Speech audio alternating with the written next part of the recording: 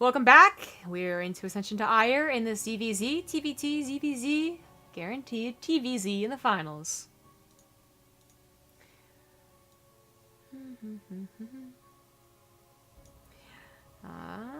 Now it is going to be Korea versus Europe.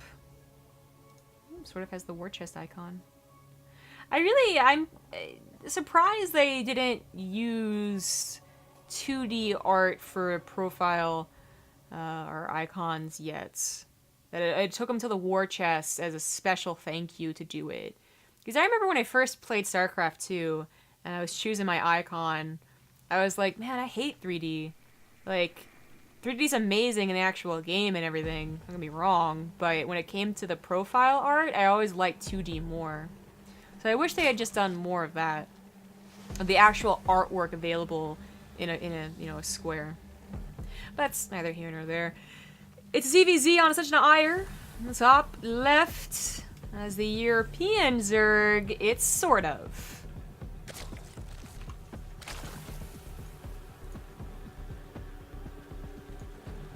Alright, and the bottom right, as the Korean Zerg, it is PenguiN.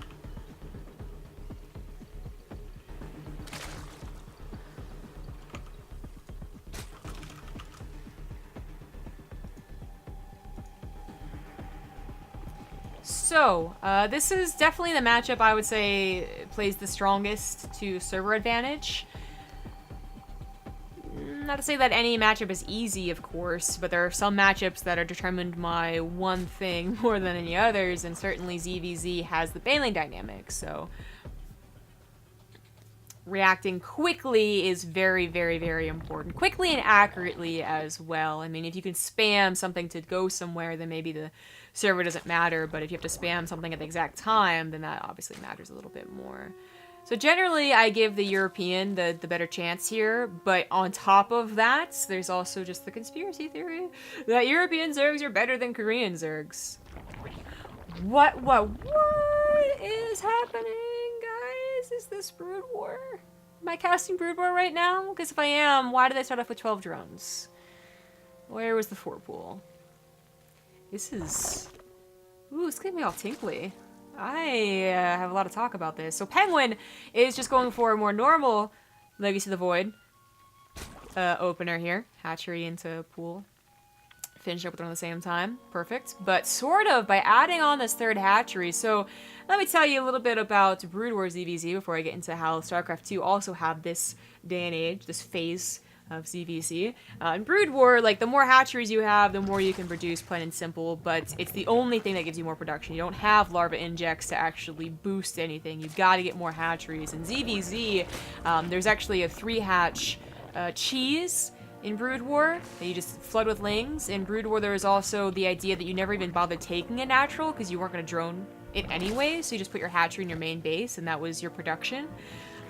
Very different ZvZ, though. Very different Zerg in Brood War. In StarCraft 2, you had a phase where everyone thought that 3-hatch was the build to do in Legacy of the Void because the economy wasn't figured out.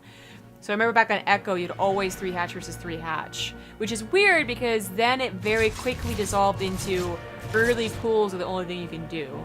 It definitely had its flip-flop, its 180.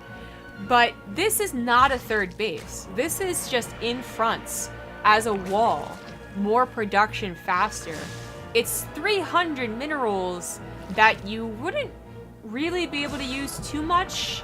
We actually could check though and see that he could use 200 minerals right now, for instance, on 4 larvae. Now 300 on 6.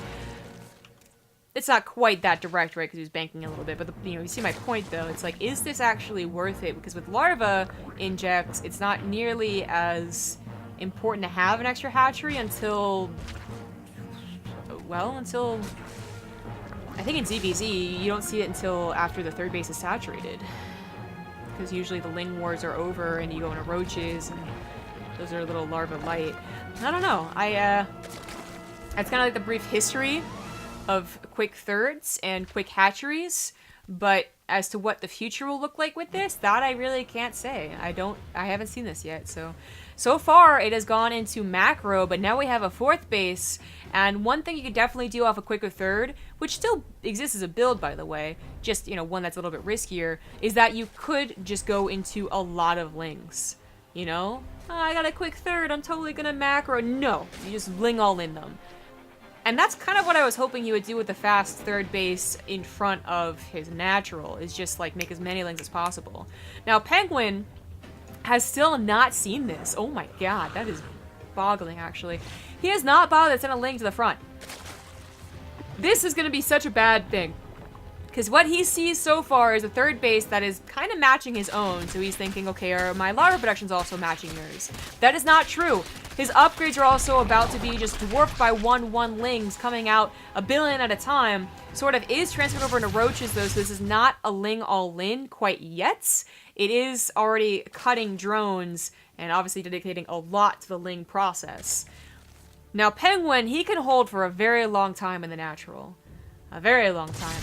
It just continues to wall, and SortOf didn't get banelings. But SortOf is just going to take so much map control. PenguiN, he was going for a Spire. He has a Roach 1 Evolution Chamber at the front. He was actually going for a Spire. He's going to be able to get 5 mutas, and SortOf's going to have to build Spore Crawlers against that. But mutas do not help that much against mass ling. They get into too many places. They're attacking the wall now. They're taking a chance. They have +1 melee. They're about to have +1 carapace. Transfuses are desperately going down. Double walls are going down too. He's about to lose the Roach Warren. Doesn't quite.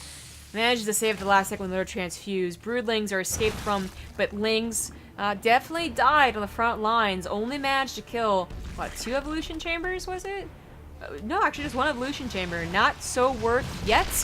But again, he's going to be able to keep PenguiN off at 3rd base for so long. The mutas just cannot kill this many lings. They really can't even kill that many roaches. There's only 5 of them. So we also see SortOf sending those across the map. If he gets a surround on PenguiN's roaches with 1/1 lings and has the support of a couple of his own roaches, he could definitely take a fight. That's where you really need numbers as the roach player. And a wall to put your back up against. But as the game gets into the mid-game, as it looks more and more normal past that opening 3rd hatchery, this 3rd hatchery now just looks like a macro hatchery, which is totally normal to have in ZvZ past like 8 minutes. Lings managed to duck into the main base now that the wall was down, get the snipe on the Roach Warren, and PenguiN is trying to go roaches, so that is important. 7 drones go down, and PenguiN finds himself at a disadvantage in 3rd base and in drone count.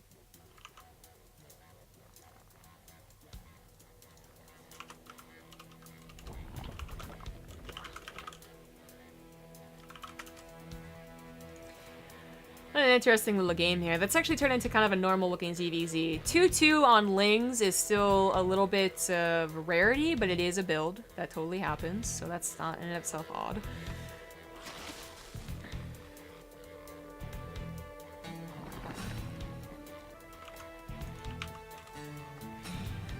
Third base finally finishes for PenguiN, and he does now have enough roaches that if they're all surrounded by each other, being bros, they shouldn't die to lings, even with mass upgrades. That had to be a lot of lings. A lot of lings. But 2-2 upgrades will give lings the distinct building killing power, and if they ever get to adrenal glands, then oh god, nothing will survive. Hatchery, hatchery, hatchery! Why didn't it click on the hatchery? It clicked on the mineral patch instead. That was weird. But the hatchery died. We all saw it. Macro hatchery only just not going down in the main base. Like I said, like past like 8 minutes, this is totally normal. This was past 2 minutes though, so not normal. But it's very useful.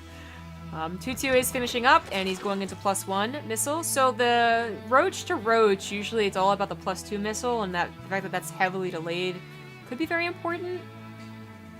He's used all of those lings that have the investments into them, and this is still a questionable game. SortOf was able to keep PenguiN off at 3rd base, even still, but that didn't quite add up to an army supply lead.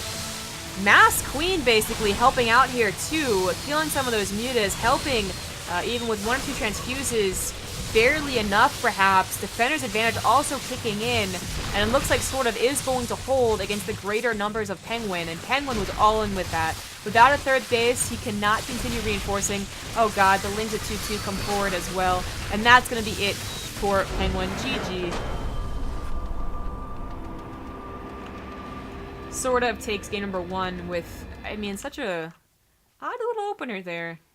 Very exciting stuff to see if that's something he's developing as a new style or just one little once-off build.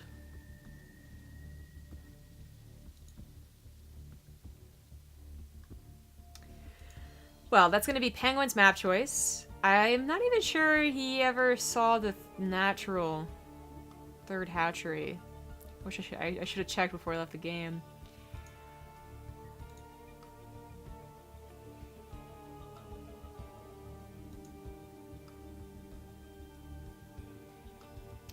Thank you, Going Commando, for the 6-month resub. Whoa! Oh, it's a song. Whoa, I'm halfway there. That's as much as I'm gonna sing. Yeah, that was the only resub. Never mind, PenguiN. PenguiN has been participating in quite a few online cups, but like not a lot for very long, so might not know to message me the map.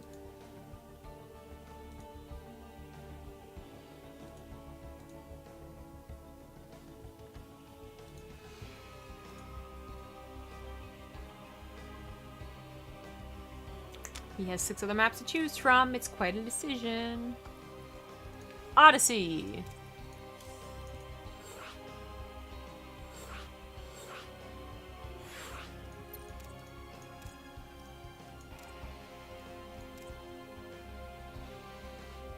After this will be the grand finals. One of these will face off against Hero Marine. I give Hero Marine a lot of credit in that TVZ. I think SortOf's gonna win, and I think he'll have the best chance against Hero Marine. Although PenguiN's got some pretty good TVZ on Korea server.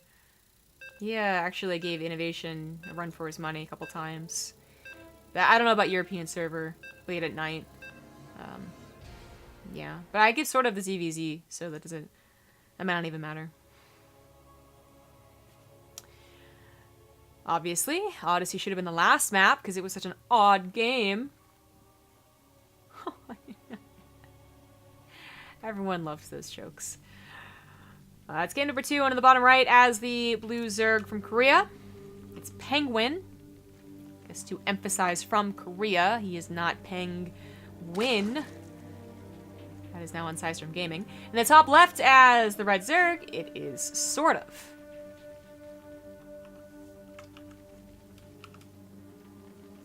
He's up 1 and brought out a bit of a weird little build. PenguiN, even if he had scouted it, I wonder how he would have responded. Actually, I know exactly how he would have responded. I'm just kidding. He would have gotten a Bailey Nest. Like a 90% sure. You see 3 hatcheries that early, and whether it's a third out at the third base or in front of their natural, that's gonna be a lot of lings. So Bailey Nest would have helped out a lot.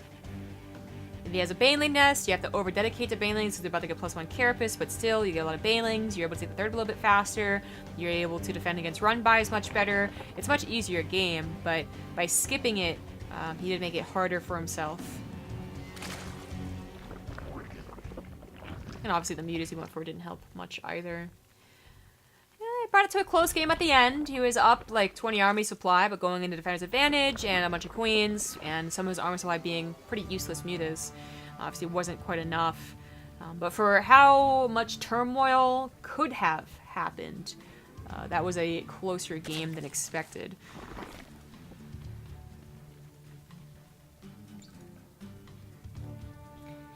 Really curious to see if he's going to go for that third hatchery again.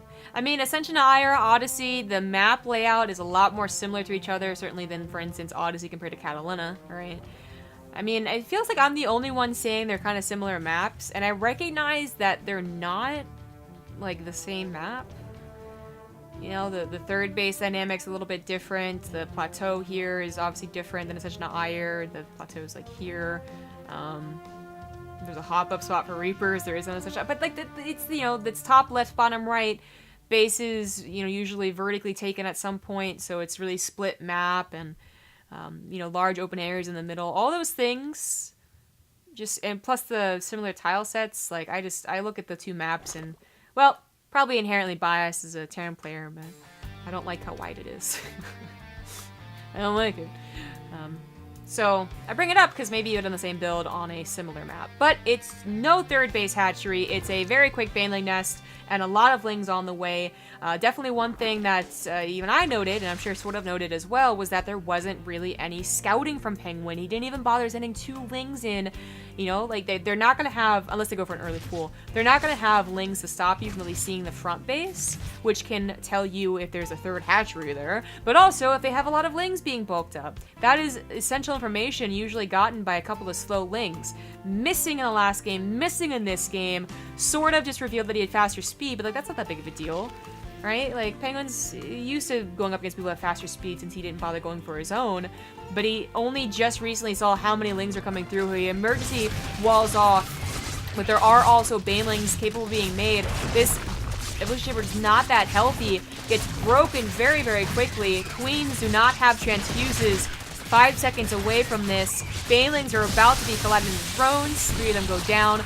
Queens go down, and I feel like PenguiN might also go down because behind this SortOf does have a third hatchery, and he's going to go back into droning after killing so many of PenguiN's. GG. Too much of a snowball. Very quick 2-0 in favor of our European Zerg. SortOf advances to the finals, where he will face Hero Marine in a TVZ best of 5.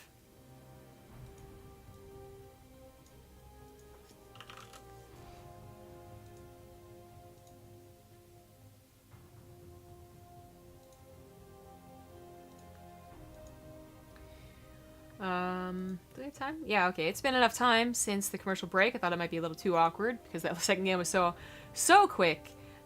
But as I get this lobby set up, thank you all for watching. We'll be back in 2 minutes.